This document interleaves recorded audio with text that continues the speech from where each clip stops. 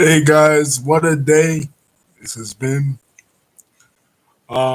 Just watching the news, seeing everything that's going down right now.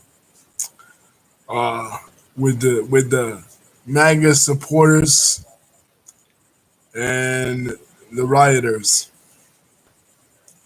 and just what I see as far as double standards. Had it a little bit of background today. MAGA supporters, the supporters of Donald Trump, went to a rally to try to stop the electors from the electoral college um, and the Senate for making Donald Trump officially the president. Joe Biden the officially the president of the United States, and declaring the election official. They went to stop it. A couple of weeks ago, Trump declared that he was going to call the people to Washington on January the 6th to stop the steal, quote unquote, stop the steal of the election. And that's what happened today. And the people there were allowed to storm the barricade, and they even got onto the Senate floor, and they took basically the whole Senate floor hostage. You saw them sitting in the government seats. You saw them, um, storming around on the Senate floor, and somebody even got shot. And it was like I was just in total shock. I didn't see it live, but when I was taking a nap and I heard about it, you know, a couple hours later, and I saw the rewind footage, I'm just like, how the hell does this even happen? Um, the lady, Lisa said, hi Lisa, the lady that got shot, she died. This is another, like, Charlottesville, but this is worse than Charlottesville. How were they allowed to breach the barricade? Did they have somebody on the inside? That's what I think. They had somebody on the inside. They had to have somebody on the inside, because if this was a Black Lives Matter or a different kind of protest, they wouldn't even be allowed past the gate. They would have been shot by now.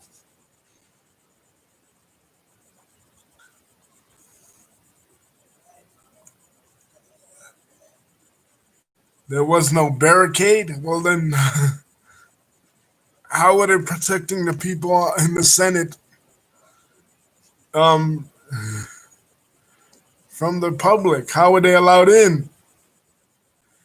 What, they just walked right in?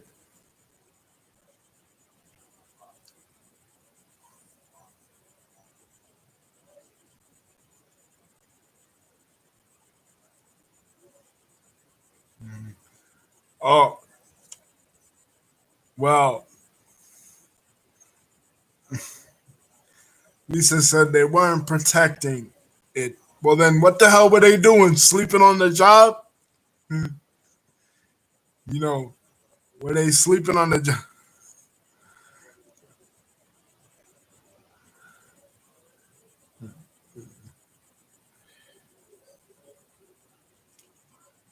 They weren't protecting it, Lisa. That's crazy.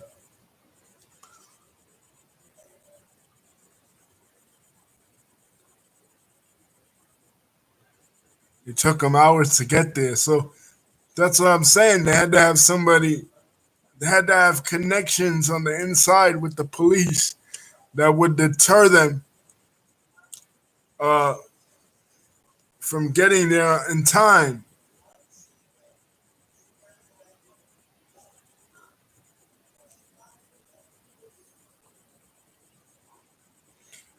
But what I want to address is Trump's speech afterwards. Biden gave a speech talking about Trump should step up and call these protesters down. And then in Trump's speech, the motherfucker says, still continues to run with the allegation that the election was stolen. He says, even though the election was stolen, still, I don't want violence. So he's calling them down, but he's not calling them down. He's still running with the narrative that the election was still stolen.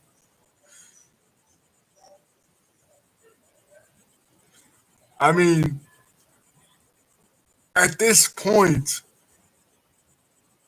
you see all this violence happening. You should just give up and say, you know what? We lost fair and square. The Electoral College decided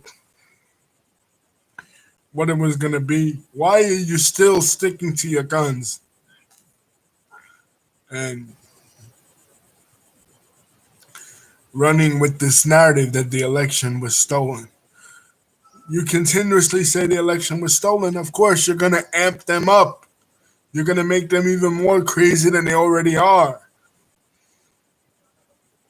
I mean, it's up to him. Like Biden said, it's his call to make.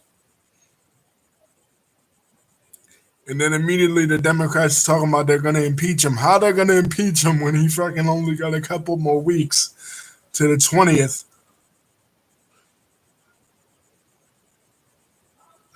Yeah, that's what I said in the beginning, Lisa. He was calling people to Washington today to make this happen. He was amping them up. Meanwhile, behind the scenes, he's already making plans to move to Florida. So deep in his heart, he know he lost. He just wants to cause violence and break the toys on the way out. You know, he's like a kid in a can. He's like a kid in a candy store. You got kicked out, kid at the daycare. He's just gonna break shit before he leaves. He knows he already lost. He just wants to cause more havoc before he leaves, so that Biden has to clean up his mess. But thankfully, God was watching over Kamala Harris.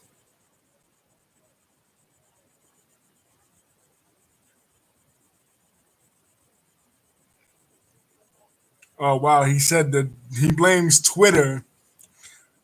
Lisa said for banning his tweets. She said he posted on Twitter. You could say his Twitter's for. So he's even trying to blame Twitter for this. But look, I say the results were decided on November the 3rd. He lost, and that was it. And had he bowed out gracefully, this would not have happened. This happened because he amped them up. He's done this for the last 4 years. He's amped them up. They actually believed, some of these QAnon people, that he was going to win today, that this was going to be a win for them. And they did this in the state capitol last year in 2020 in Michigan, and they've done this now in the national capital. If this continues to happen under Joe Biden's presidency, we'll be headed for a second civil war.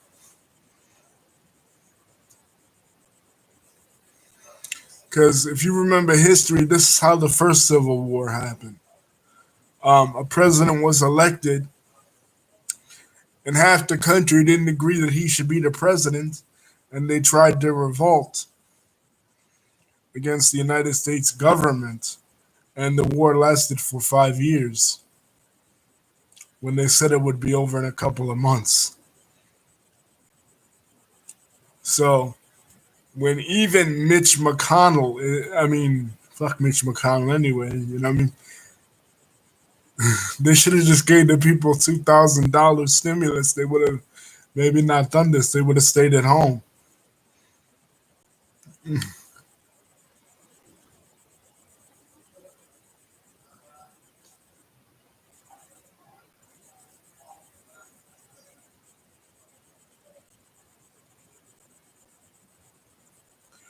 Oh, it is Twitter's fault. Okay, yeah. If Twitter wouldn't have banned Trump, I don't know why Twitter is banning speech anyway. I mean, really, all that's gonna do is drive people to Parler. You're gonna drive people to his website, and it's gonna make Trump a martyr.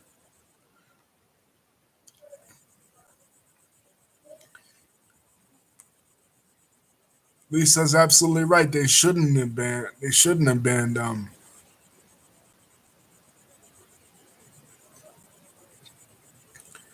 They shouldn't have banned his Twitter. They should have kept his Twitter up. She says um, the, the reason why this happened was they banned him from Twitter. It's true. They should have kept his Twitter up. Kept them. Kept them. But this man has so much power and so much influence over these people. Um, there was somebody that called Rush Limbaugh's show a couple of weeks ago, and they were like, they would die for Trump. They were crying on the phone, talking about they would die for Donald Trump. I mean, how stupid can you be? You would die for any elected official.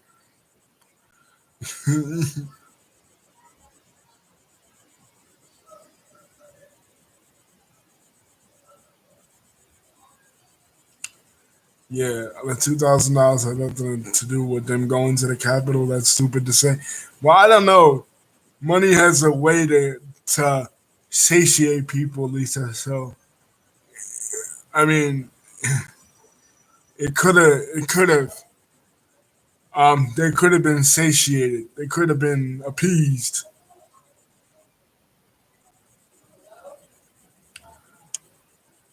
You know, maybe it wouldn't have stopped them, but it doesn't make them look any better. The fact that they completely, spit in the people's faces and they completely neglect the people. It makes them look horrible. It makes them look exactly like these people are accusing the people in the government.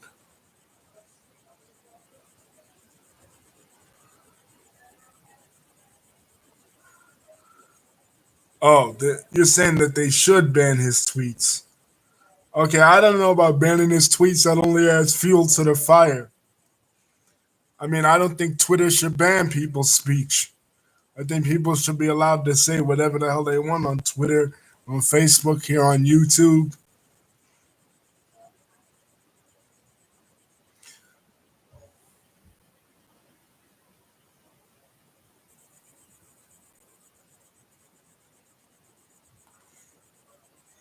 Yeah, I don't think they should ban his tweets, Lisa.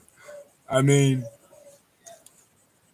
I think his tweets should be refuted with actual evidence and logic from the opposing side, not not outright debanned. Oh, I don't agree with that.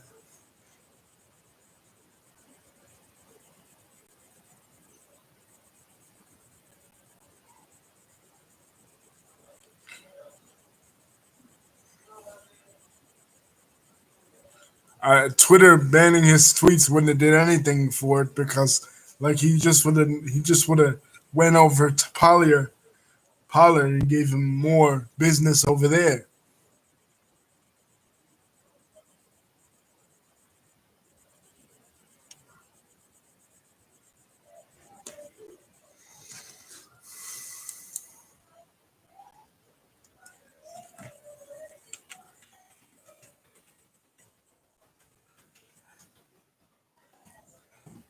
Why do you think they should ban his Twitter? What good? I mean, didn't they already ban his freaking Twitter? They false flagged him numerous times talking about election fraud. It only adds more. Well, because of what happened, well, now they probably will ban his Twitter because of what happened. They probably will. But it'll only add more fuel to the fire. It'll only make them seem more like more emboldened. It'll make a martyr out of him, and it'll add more supporters to his cause.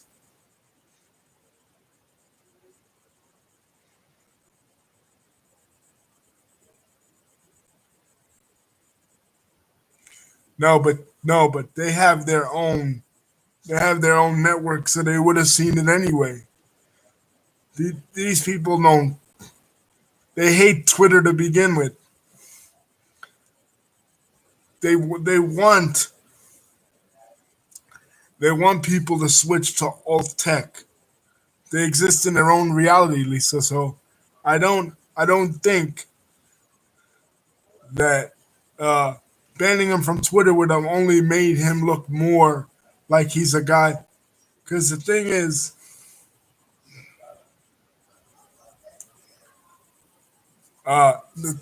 Lisa, that well, yeah, somebody died, but I'm talking about before somebody died, before there was violence. Uh, Trump's followers, their whole thing is that he's fighting against the system. He's fighting for the common man. So if Twitter bans him, then it's gonna make it look. If Twitter would have banned him before it happened, it's gonna make Twitter look like they're the bad guys for banning him before anything happened. Now they ban him. That's something different. Now they've banned him. Because somebody died. There's a cause of violence. But before it happened, it would have made him look like the good guy. It would have made him look like he was the savior. That's what I'm saying in people's minds. And yeah, the $2,000 wouldn't have made a difference anyway. That kind of was a joke or whatever. But if you think about it, people are already upset about the lockdown. They're already upset about the low stimulus check.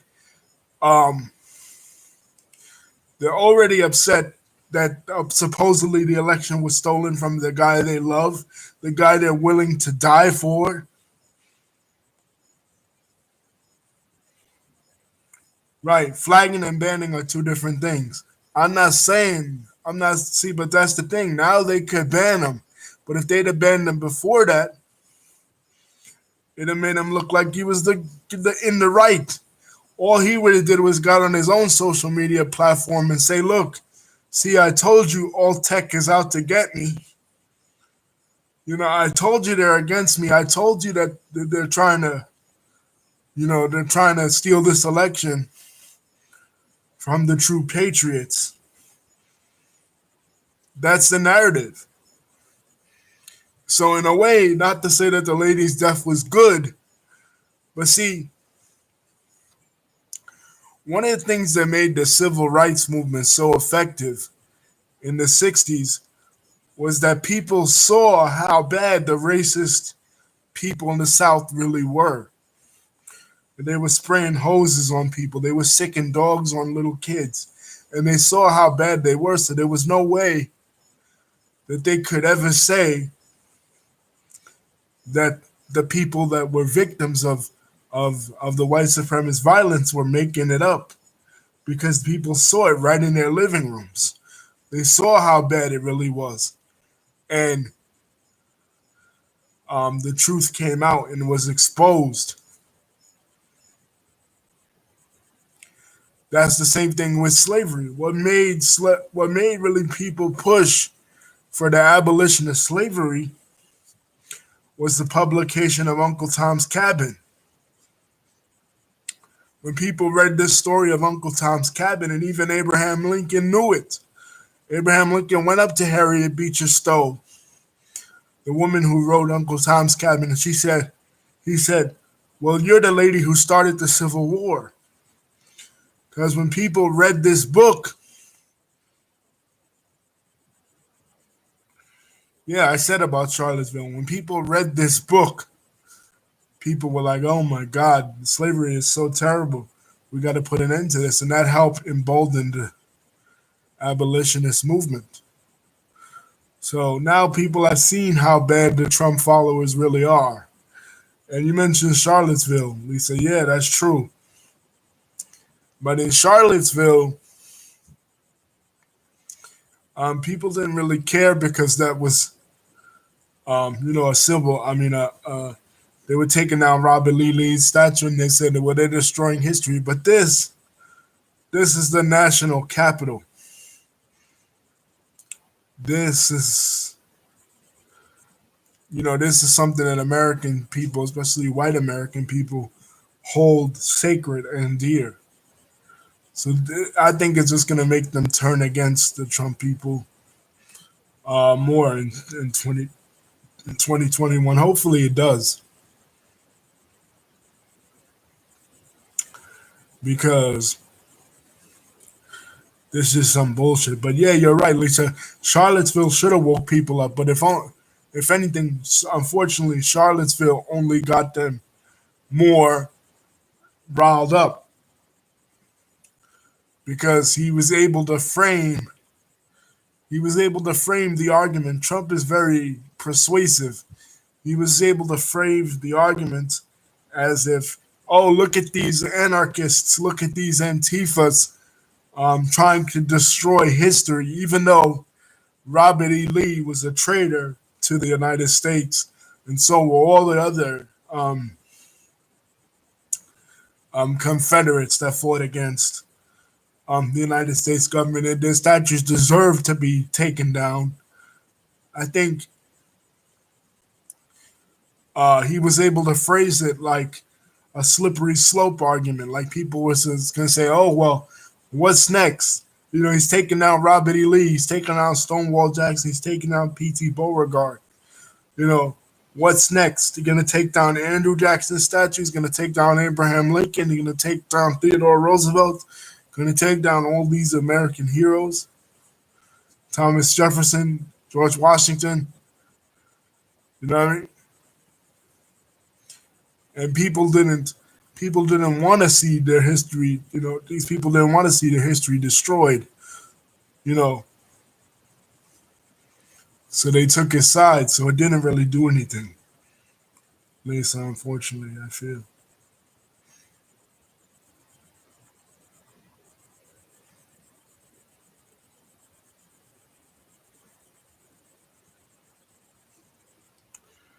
But this will do something, because this is the capital of the United States. This is like in France, when the people were fed up. I think the $2,000 and the low stimulus and the pandemic does have something to do more with it.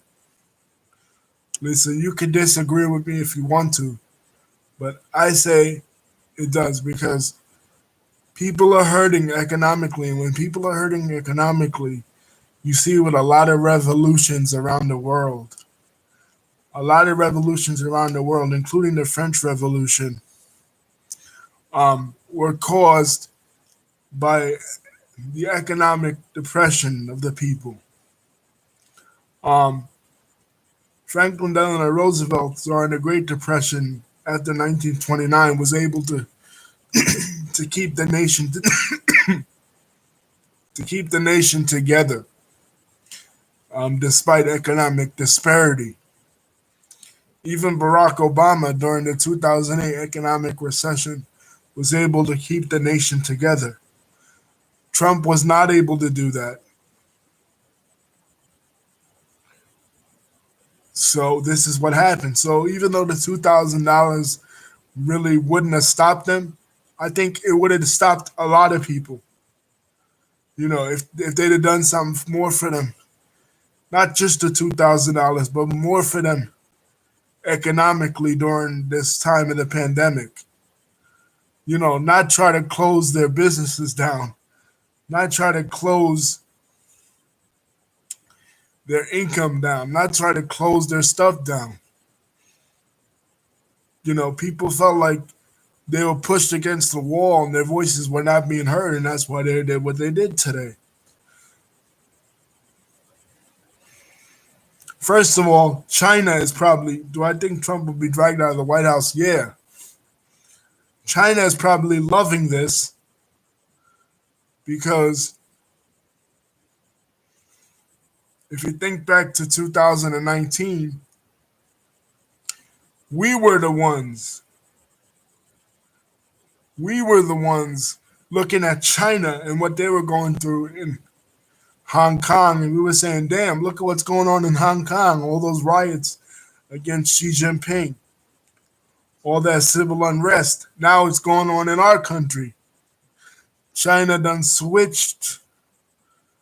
China done switched the momentum, and China's in the driver's seat once again. But yeah, Lisa, you're right in a way. $2,000 wouldn't have helped, but it would have kept the people um at bay more. But people were like, oh, you know, comparing this to ancient Rome, people were saying, well, this is like Trump crossing the Rubicon when Julius Caesar crossed the Rubicon and declared his dictatorship in Rome in 44 BC, and it was just like you were just like, what the hell? Like you're living in a dream world, and I think they're still living in a dream world, Lisa, because yeah, I do think Trump will be dragged out of the White House on January the 20th because he doesn't have the military support, and if you don't have the military, you don't have the way to maintain power, really. But you just never know. We're living in a crazy time, but the economic situation, economics drives desire, and if the people had been satiated economically, I don't think they would have did this. Not as many people would have did it if they'd have been given something a little bit more to edge them out during this time. People were driven to do this because people are suffering right now.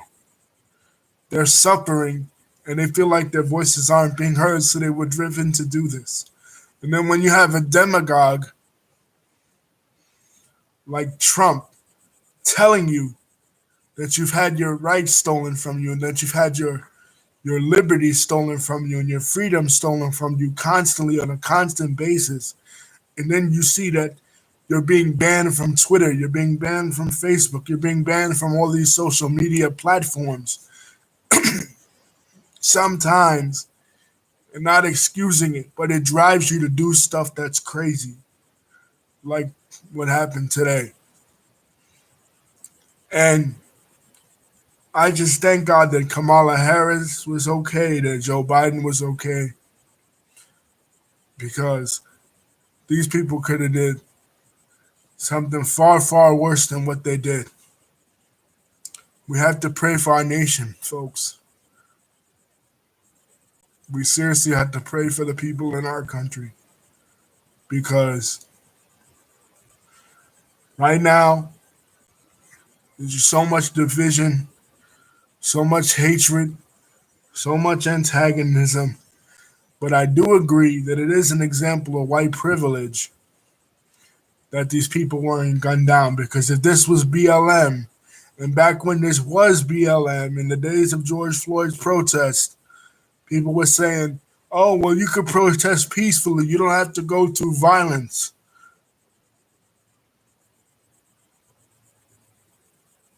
Yeah, that's what they said, Lisa. But what motivated them to do this? Not necessarily only, it wasn't only the Trump thing, believe me.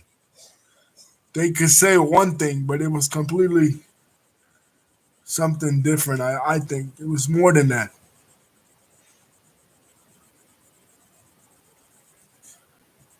It was more than just Trump's second term. They felt like Trump was a champion for them for the 2000. You know what I mean? Like he was a champion for them. He was pushing for that second stimulus hard, and they felt like he was a champion for the working people. He wasn't, but they felt like he was.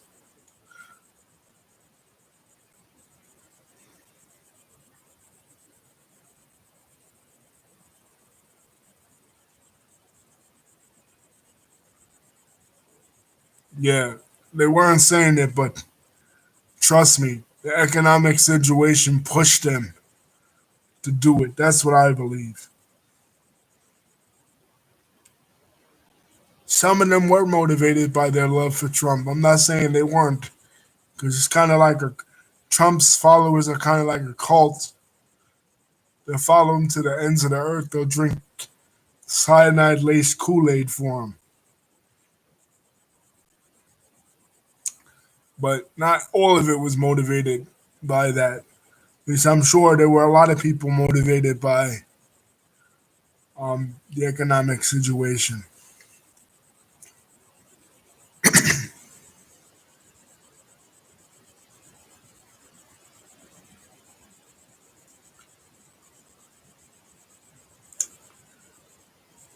They weren't really saying it, but there were there were people out there. Believe me, they had enough. But like I was saying, this is an example of white privilege because when it was George Floyd, people were saying don't use violence. Remember, there's ways to peacefully protest, and even I was saying that. But you know what? When you see the other side and what they've done, and the fact that they weren't completely mowed down by riot cops, it was totally white privilege. They went in there and they completely took over the Capitol of the United States government. And had it been a minority group, had it been Hispanics, blacks, Native Americans, or any other group, they would have completely been destroyed by the police. But these people were allowed to actually sit on the Senate seat, sit in the seat that Nancy Pelosi sits, sit in the seat that they all sit, and take over the government like that NWA video. Express yourself. What does Game say? Jerry curl juice dripping on Ronald Reagan's shoes. Well, it wasn't Jerry curl juice, but people's hair grease or whatever they use on their hair was dripping on the carpet today. It was something like I never seen before.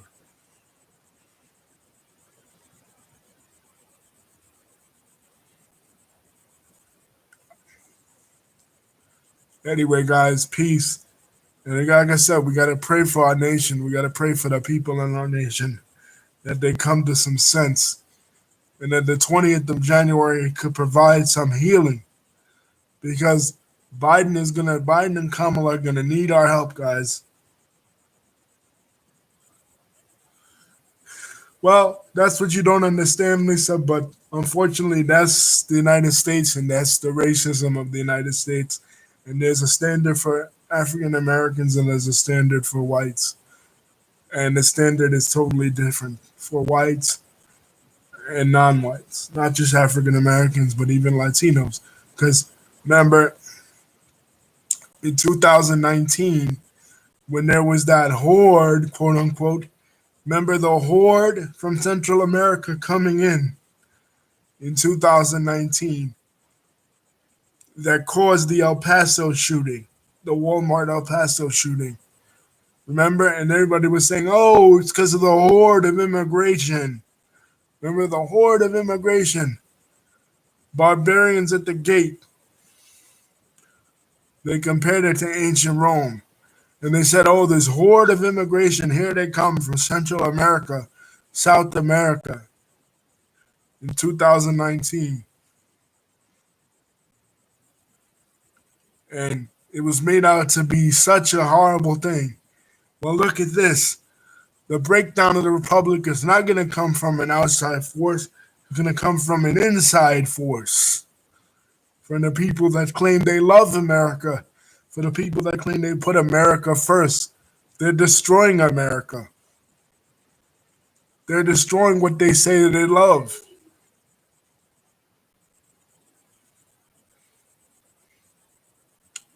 And America is showing its complete double standard from black to white, or from brown to white. Showing it, it's showing you right here in your faces. If we can't see it now, then I don't know. They're showing you they don't care. They're showing you that your life doesn't matter.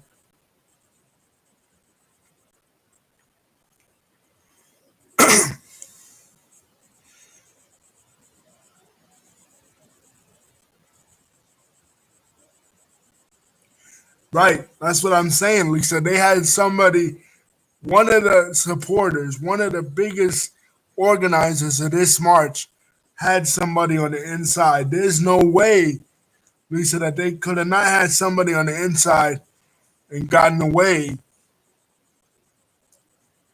with with with this. They had to have connections on the inside. Well, a man or a lady that was working in the march and working on the inside to have connections to get directly in the White House.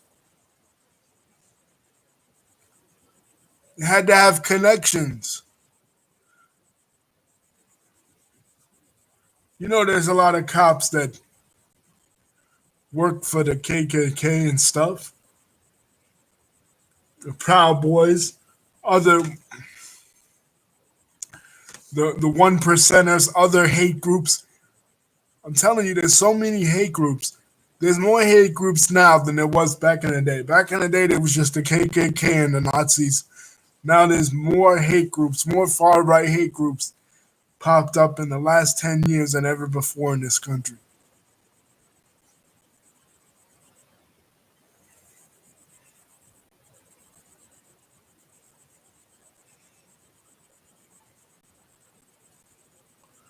Way more far right hate groups than ever before.